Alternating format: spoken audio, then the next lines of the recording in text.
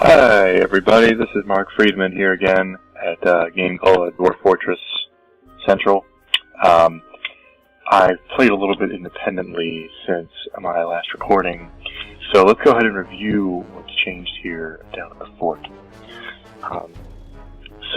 One thing you may notice right at the top is I have a huge amount of idlers. That's because I just got another migration wave with 50 new dwarves. 50 dwarves. I had in the order of 20 adult dwarves before, so this 50 includes children dwarves, which don't really do anything except gather plants, grown crops. But I got a huge amount of immigrants that I'm going to have to deal with. I set up a military. Now, luckily, a lot of the new guys that came in have some pretty decent military skills, so I'm going to draft them into the military in a little bit here. But they're going to need weapons in order to start digging with. So let's take a look at the levels and see what's changed. I grew out my farms down here a little bit. I wanted to expand my food production. Probably going to need to do that a little bit more now that I have a lot of dwarves here. I also had a trade caravan come through that I bought some leather items and some other things from, but unfortunately I didn't have much to sell at the time because I hadn't produced much yet in my fortress. I expanded the stockpile up here, excuse me, and down here I still have these workshops. I was digging around for sand because I wanted to start doing a little glass industry. Unfortunately, the terrain that I have here, the different levels of the fortress, don't have, there isn't much sand around to actually get. I expanded my stone stuff down here, and as you can see here, now on my dining hall level, I have a lot of children around here, and probably way too many. I mean, the children will eventually grow up into adults, but right now they kind of just eat food and don't really do much, like in real life. So I'm expanding out my dining hall here, hoping to get some more tables and chairs going. Moving down a level, I've added some more beds down here. Nothing too fancy.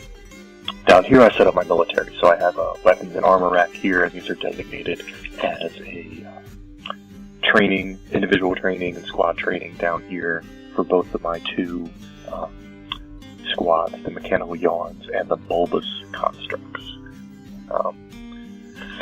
So we have that going, and then down here I've added, this is a metallic ore stockpile with some stone that's just left over.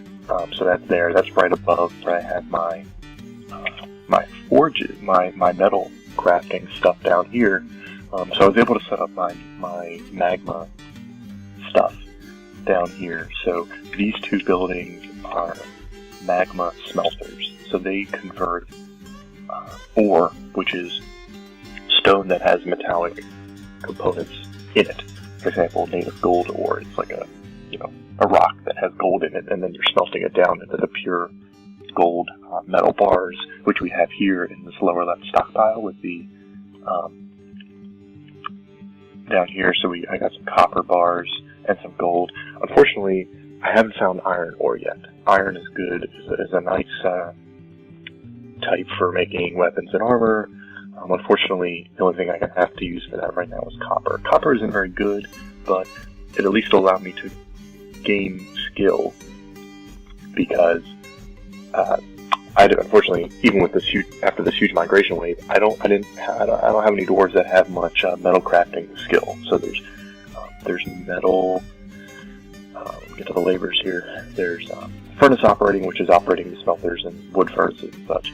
Weaponsmithing, which is specifically making weapons out of metal. Armoring, making armor. Blacksmithing is... I don't remember the difference between blacksmithing and metal crafting. I think metal crafting is specifically making craft items like pots and mugs and stuff, and then blacksmithing includes other like non-craft items like floodgates and furniture and things. I don't remember exactly. Okay, actually it looks like I have one guy that just came in that he's a skilled armorer, so that's good. But like I said, I'm currently actually lacking metal ores, and then down here is the magma forge, which can create weapons, armor, furniture, and so forth. The key difference with the regular forge and the magma forge is that the magma forge doesn't require a fuel source like charcoal to do the reaction to actually create the item, because it gets the heat from the magma layer below. So this is the main reason why I wanted to embark on the volcano. So I have my the magma facilities need to be 1 Z level above the magma. Okay, so what I did was I dug out this cistern of magma, essentially. The 7, again, means that the depth level, basically 1 Z level can have up to 7, a level 7 height of magma. So what I did here from the surface was this is the surface here above the volcano, and I dug out this up-down staircase going all the way down, down here. That's strange. Oh, right, okay, so I went to the first, so when I channeled out this piece here, it destroyed the wall and the level below it. And this is the top of the lip. Think of it as like the top of the, if you filled up a glass 90% of the way up, if you chipped away at 11% of the glass, then you'd have that little bit of overflow that would start overflowing into this huge chasm below. So the magma is going to trickle down this staircase down all the way down here, and it's going to pour out here. Now I stopped the magma from flowing back here, because you'd have to worry about it. Well, it wouldn't rise up because it's down on this level. This is a floodgate. It's made of mica, which is a magma-safe material. And also down here, I set up other magma floodgates with the intent of, if I ever need to drain this area, then I can do so by digging here, and then I can set up a lever and switches to open up the floodgate and drain the magma out. If I ever need to kill invaders on the inside or the bottom of my fort, I can do that. So these are just kind of for future growth, future, magma use down the road. So I have the magma forges up, which is good. And I mentioned that I have a guy gathering sand for glass production. You can also set up a glass furnace down here, which can make glass items. And again, that will not require fuel because it's a magma facility. I was thinking about using the glass to create weapon trap components you can make. So if you remember on the surface here, I have a couple of stone fall traps, which are basically a trap with a pressure plate. When an enemy walks on it, he'll hit the stone trap, and then a big stone will fall on him and hurt him. It's not probably going to be lethal, but it's there. So I wanted to set up some weapon traps, which can just have a big collection of weapons, and the weapons spin and slice and dice and hurt the enemies that come in. I also set up a drawbridge here. This blue thing over here, and it's set up to retract. I'm sorry, no, it swings closed to the west, so it'll become essentially a wall at that point. And I have the switch. Okay, the switch hasn't been constructed yet. So anyway, that's just catching up to speed here. So let's go ahead and play. And and I'm also looking for iron ore, as I mentioned. So I set up some kind of digging shafts, looking for iron ore because we need some iron ore. So I'm kind of having my diggers do some exploratory types of things.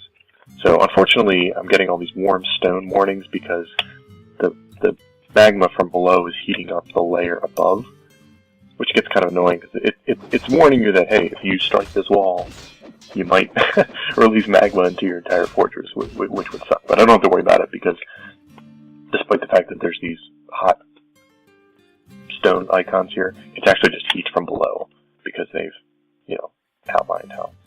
Okay, so my sand collecting guy, he's going to have a little trouble because I don't have any available bags. Oh, nice. I have a guy who's hunting now. So I hit R to go to my reports screen, and I saw that the doe rabbit is fighting, and I have a ranger who's hunting. He must be one of my new guys that came in. So he's using some bolts and he is hunting a rabbit, which is good. And he may have already brought it back to my butcher, so my butcher will be able to, butcher the rabbit corpse, and then we can make items out of it. In fact, if I go to the butcher shop here, I can see that there's a doe rabbit corpse there. So hopefully, someone that has the butchery skill will come by and go ahead and butcher the corpse, and then I can make use of it. So, wow, yeah, I have a lot of guys hanging out down here, and they're all idle. They're all idle workers. I'm definitely going to need to queue up some more jobs. Let's create some more tables, and some chairs. So, unfortunately, this can happen in Dwarf Fortress, right? You get a huge influx of immigrants, and you just don't know what to do with them, right? So, I'm trying to create an additional kitchen, an additional brewery, so I can keep up with the food production, because there's going to be a lot of guys here that need to get stuff done. Okay, and as I can see here, I'm making mugs, which is very good. So I wanted to create mugs, and then I'm going to encrust them by doing some jewelry stuff down here.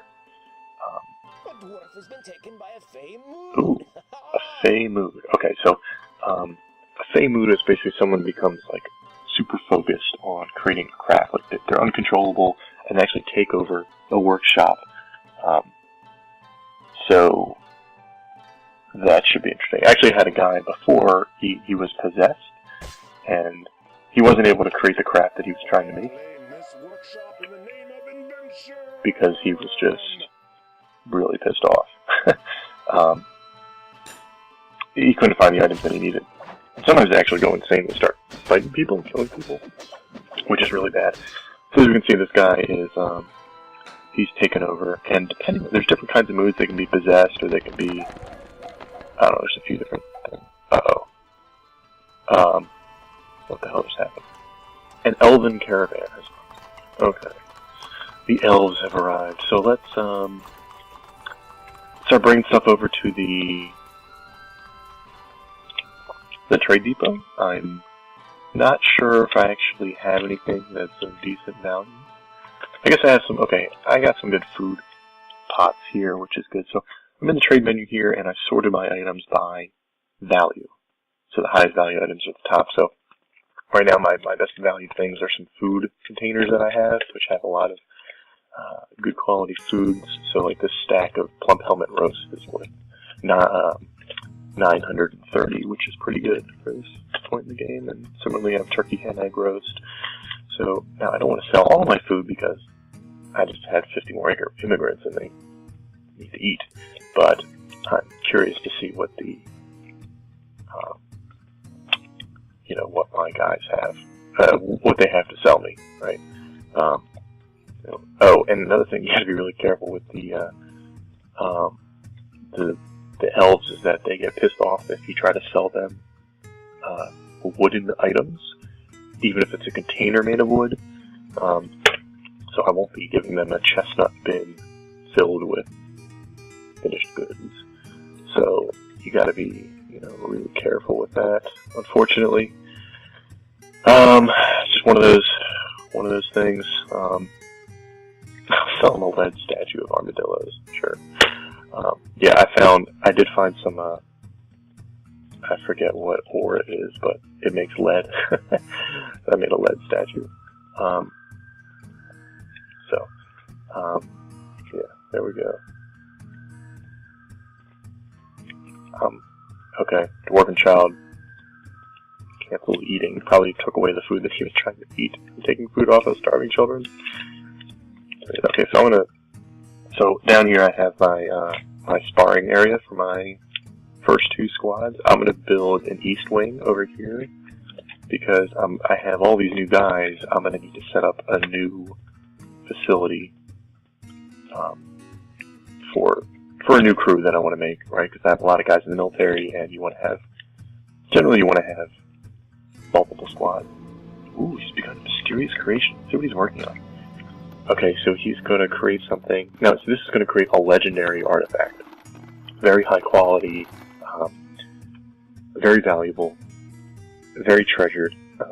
Hopefully it's something actually useful, but I guess we'll have to see. So it's made of copper and citrines and red spinels or some sort of a gem, and then he's going to use pigtail fiber cloth. Now, hopefully, when he's done,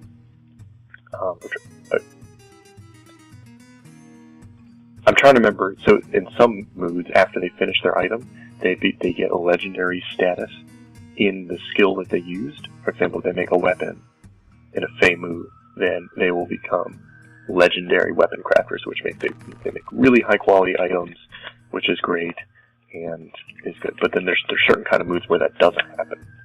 But I think a Fey mood is a good one. So we'll have to see.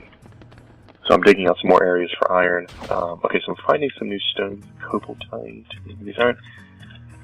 Unfortunately, I've yet to find iron ore. Okay, Cyril Logomolin, armor, has created Shoskal Subul, a copper breastplate. Okay, now that's excellent. Now we see that. You see how he's flashing blue? That means he's legendary in one or more skills. So if I let me turn off the combat and display. So he's a legendary armor smith, which means he's going to make some awesome armor now. So that's excellent. So in fact, I'm actually going to let me look at my dwarf therapist over here.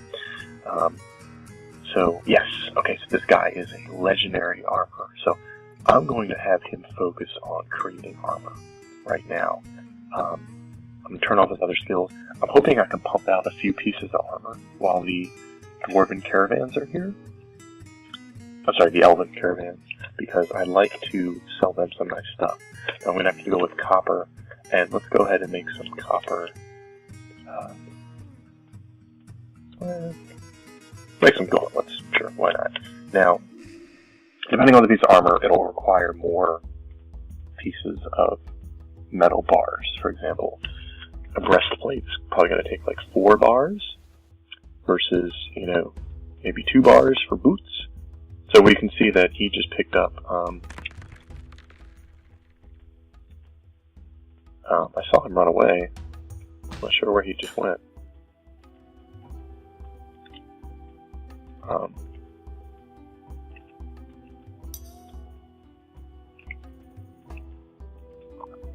My armor, I saw him dropping off.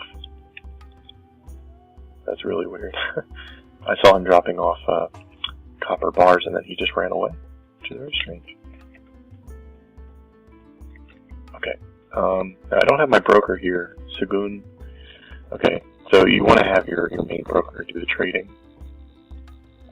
And I have to see what he's up to at the moment. And I have a real problem because I have a lot of idle dwarves. We have to do something about that. Construct rocket share. See, the problem is that my broker is also a good masonry guy. I'm hoping that maybe there's someone I can use that has... See, no one else has the appraisal skill. Your broker needs to have the appraisal skill, otherwise you can't place value on items, and he's going to suck at trading. But the problem is Sagun has other skills that not many other people have, specifically his masonry abilities. So I think temporarily I'm going to assign other guys to do masonry, which means they're not going to create very great items, but at the moment I really need him to do his due diligence and conduct trade with the elves, even though the elves suck. I mean, seriously, who likes the elves? But no one, that's who.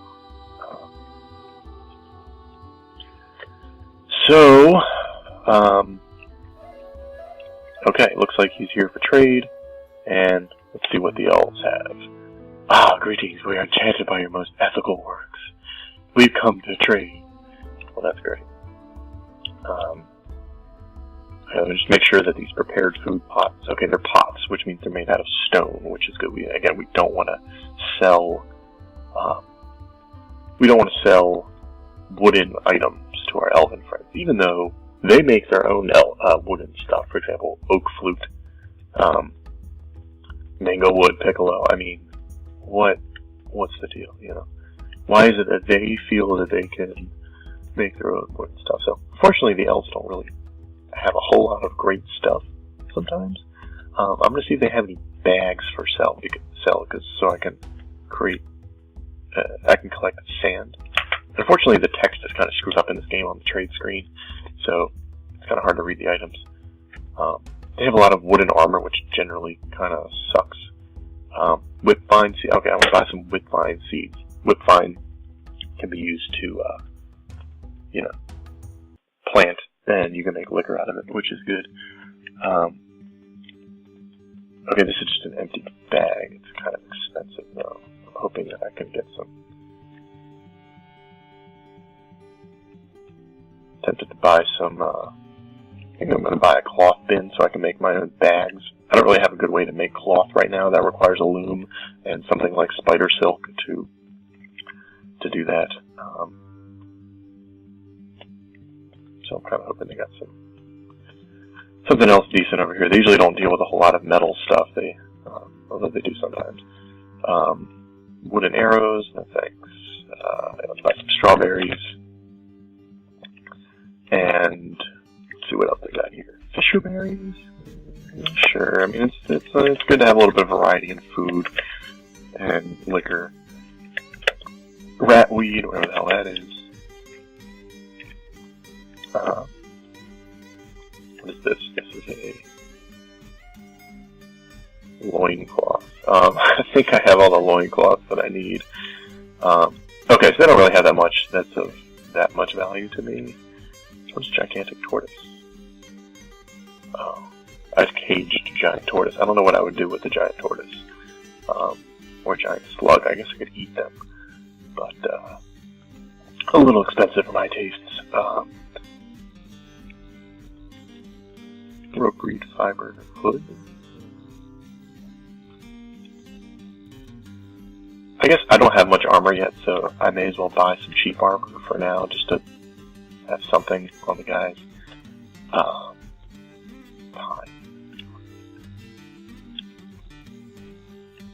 I guess I'll buy another unit of cloth. And then I'll trade them, let's see, hopefully they won't be complete jackasses. If I give them this prepared food pot, hopefully that'll be enough. So I'm trading with them, they're going to have a trade profit of 745, which is pretty good. So I'm getting a lot of nice items just for a single pot of food. I mean, it's a fair amount of food. There's a lot of eggs and things went into it, but let's go ahead and do that. So, I'm going to hit T for trade. Okay, good. I traded with them. They didn't try to counter offer with asking me for other stuff. Thinking about giving them my lead statue, hoping that they might get lead poisoning someday. Yeah, I don't know. Yeah, I mean, I don't really have a need for a lead statue, so let me, I'm going to buy some arrows. Wooden arrows are not really great, but, now that my guys are hunting bunnies and stuff, it's good to have. Alright, so, give them a lead. Yes.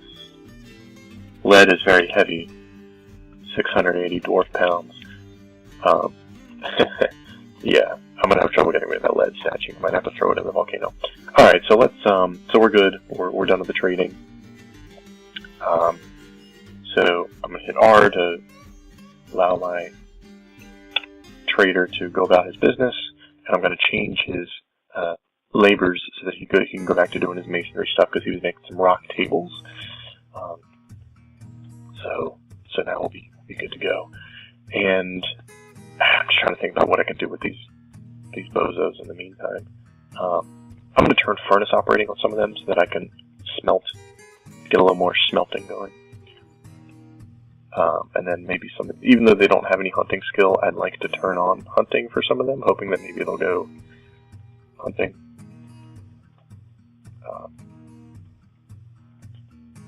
And then hopefully I'm going to be able to, hopefully I'll be able to find some iron ore here, and then I can set up a new military for some of these dudes.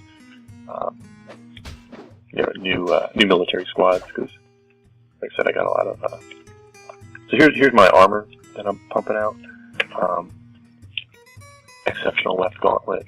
Oh, right, these are the gauntlets that my legendary armorer just created, so you can see they're pretty good quality. They're not worth a whole hell of a lot because they are copper, Oh, right, I forgot to look at my, this is my, legendary copper breastplate, which is worth 34,000. So, one thing you gotta be careful with is that, the more value you roll in by creating items, the more susceptible you are to invasions, which can be bad. So anyway, so this is a really nice copper breastplate. Maybe someone will wear it someday, but it does have a nice value to it. Oh, okay, looks like my lever was finally installed, so let's go ahead and add a task to it, because I want to link the bridge to the lever, so that I can close up the bridge if I'm going to get invaded. So I'm going to hit B for link up a bridge, and then this gives me a list of all my bridges that I can choose. I only have one, so I'm going to hit enter to assign that, and I choose which mechanisms that I want. Different quality mechanisms doesn't really matter, although if a dwarf, in terms of the functionality of the bridge, but a dwarf can admire fine things. So if he sees a high quality mechanism, he's more likely to be impressed by it in his thoughts. So those attacking noises are from my sparrers. They are sparring. Down here, it gives a read on everything that they're doing. So they're fighting, but not trying to hurt each other. Which is good. It raises their skill, and then my bull and horse are fighting because they're assholes. So we still have a lot of idlers here. So let's. I'm going to set up a new military for these guys, but I think this is probably a good place to stop for now. So thanks for tuning in.